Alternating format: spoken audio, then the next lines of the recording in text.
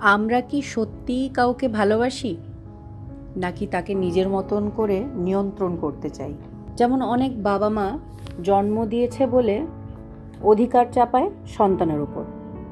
শিশুটিকে এক্সপেরিমেন্ট করতে থাকে, নিজেদের অপূর্ণ ইচ্ছাগুলো সন্তানের উপরে চাপিয়ে দিয়ে ইচ্ছে পূরণ করার চেষ্টা করে।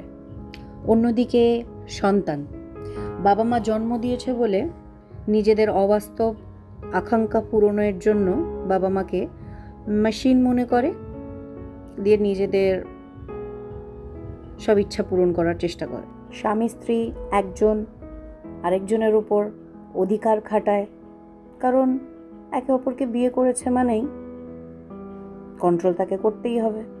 পশুর মতন আচরণ করে। ভাই বোনের মধ্যে শুধু অধিকার, কিছু না পেলেই সম্পত্তি ভাগাভাগি, কেউ কারোর দায়িত্বটা ঠিকভাবে নিতে চায় না। বন্ধু বান্ধবী তারাও নিজেদের মধ্যে কম্পিটিশন রাখে, আপন সাজার ভান করে।